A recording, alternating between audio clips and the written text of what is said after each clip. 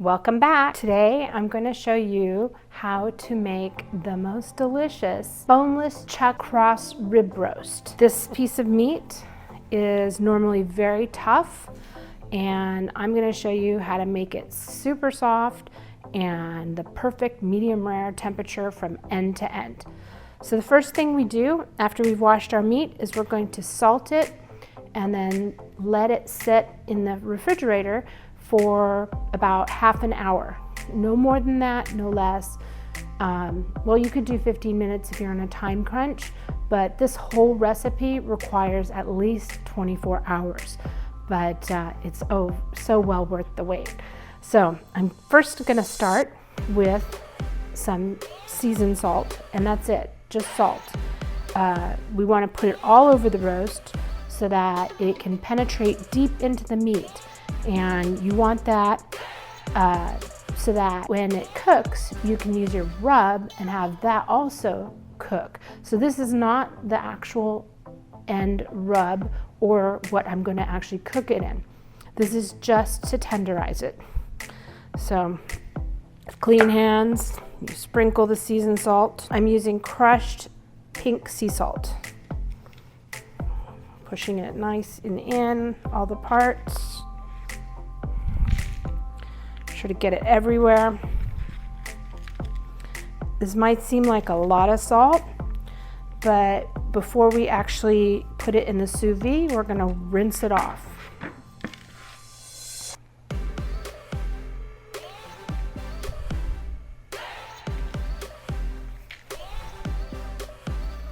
Be sure to get every side and every little nook and cranny covered.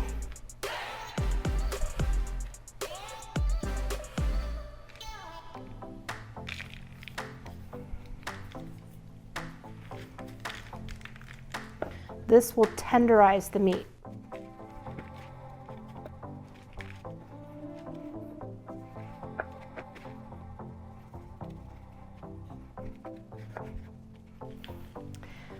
And that's it. The next thing we do, we're going to put it in the refrigerator for 15 to 30 minutes. While you're letting your meat brine, you can cut up some onion and garlic, rosemary, parsley, thyme, anything you want to make your roast taste perfect. So here are the items that I chose. You can definitely choose something else. Onion, rosemary, parsley, thyme, garlic, whatever you like to spice your steaks up, give them a nice aroma and flavor. That's what you should add. And then the au jus that it's going to create is just going to be delicious. So, once again, this is what I'm adding. Oops, one got away. What I'm going to do with the rosemary is I'm basically going to just peel the little pieces off, little leaves, get the big stems out.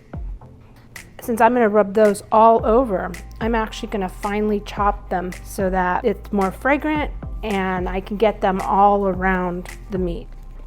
This smells absolutely delicious. So you see, it's very thin now and it is perfect. Going to give the garlic a little whack. These spices I'm just going to throw in the bag and hope for the best. I know it's going to come out really good. So now that the meat has been brining for 30 minutes, I'm going to take it, I'm going to wash off all that salt so that I can put on the actual rub it's going to cook in. Okay, now I'm back with the meat. It's been washed off. I patted it dry, and I'm going to put on the rub. I like to use Andy's rub. You can use any kind of rub that your family likes. I switch it up all the time, trying out new rubs. So I'm just going to use this one up because it's a good rub. I'm going to generously shake it all over. Not only am I shaking it, but I'm pressing it in.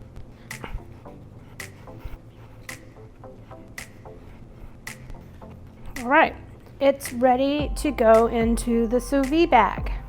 So let me get the sous vide bag ready and I'll be right back with you to show you how to do that. I need to have a bag big enough so that some of the bag will be sticking out of the water and then that the rib roast will fit nicely. It's actually a chuck roast, will fit nicely in the bag. The heat strip is right here, so I'm gonna make it this big and I'm gonna hit seal. It only takes a second. There it is. Got my seal. You should be able to see that double seal. So now I'm gonna put the meat. Oh yeah, I left a lot of room. I'm gonna put my garlic in, thyme.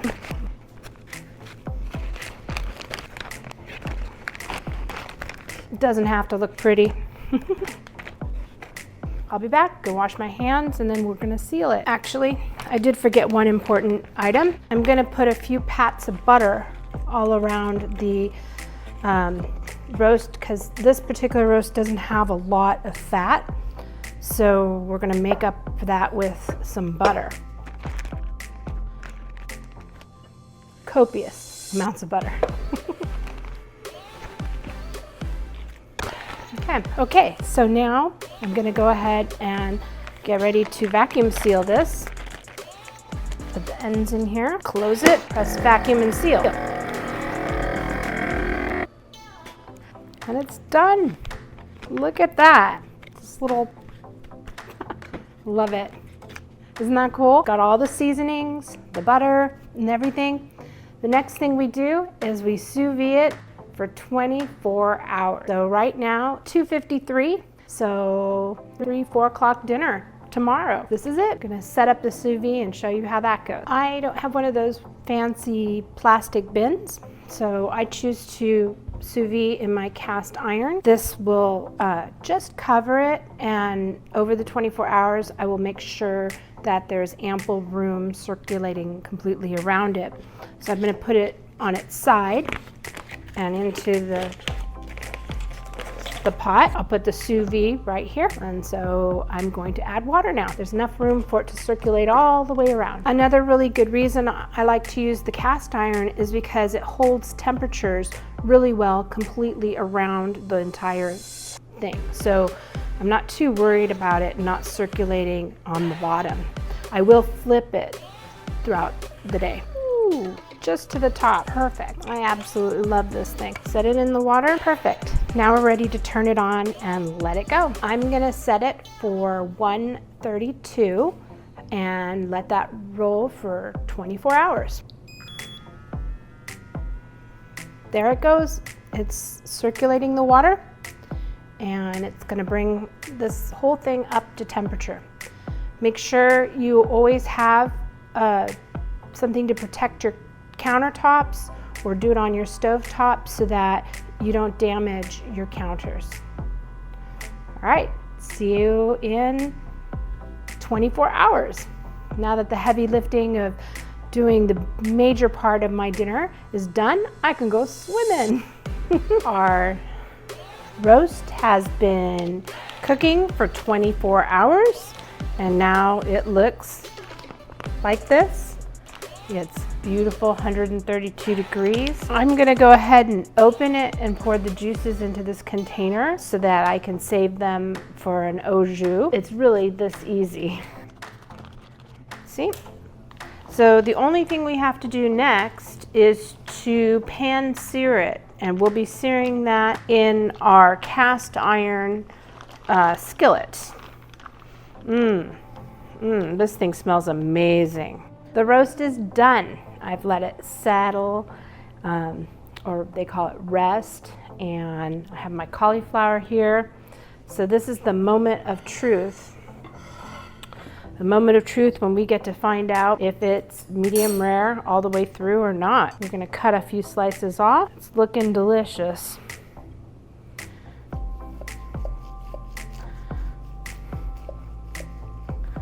Super easy to cut.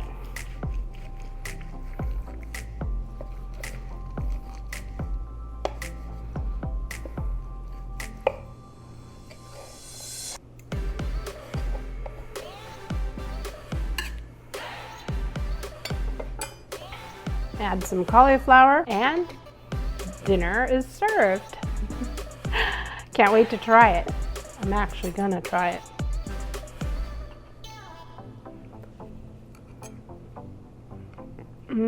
It's tender and it's super flavorful. I don't even care that it's not super rare. It's delicious. It doesn't taste dry.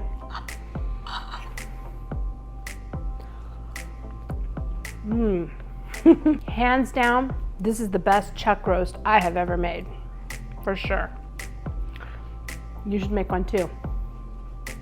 I'll leave links down in the description below for a few items to help you do that. Talk to you later. Bye.